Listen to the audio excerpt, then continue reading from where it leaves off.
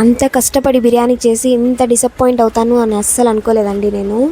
అంత కష్టపడి చేస్తే అస్సలు బాగోలేదు అని చెప్పేశారనమాట. హిట్ రెసిపీసే కాదు, అప్పుడప్పుడు ఫ్లాప్ రెసిపీస్ కూడా షేర్ చేసుకోవాలి కదా, అదే అనమాట ఈరోజు మటన్ బిర్యానీ చేశానమాట. చాలా కాన్ఫిడెంట్గా ఫస్ట్ టైం అనమాట చేశాను. ఇలా మ్యారినేట్ చేసుకున్నానండి, అన్ని బేసిక్ మసాలాస్ వేసుకొని ఫ్రైడ్ ఆనియన్స్ చేశాను మంచిగా, ఇలా కొత్తిమీర పుదీనా అంతా వేసుకున్నాను. కానీ ఎక్కడ పొరపాటు జరిగిందో నాకు అస్సలు తెలియలేదండి. మీకేమైనా తెలిస్తే కామెంట్ చేయండి. ఫస్ట్ టైం చేయడం నేనైతే మటన్ బిర్యానీ ఇలా పెట్టుకున్నానండి.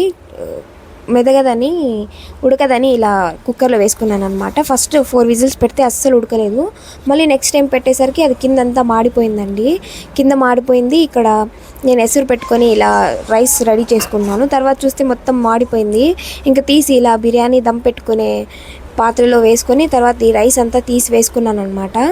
ఇలా మొత్తం పైన గార్నిష్ ఇంకేమేమి వేస్తారో అన్నీ, కొత్తిమీర పుదీనా మళ్ళీ ఫ్రైడ్ ఆనియన్స్ అన్నీ వేసుకున్నానండి. కానీ ఎక్కడ మిస్టేక్ జరిగిందో నాకైతే అసలు అర్థం కావడం లేదనమాట.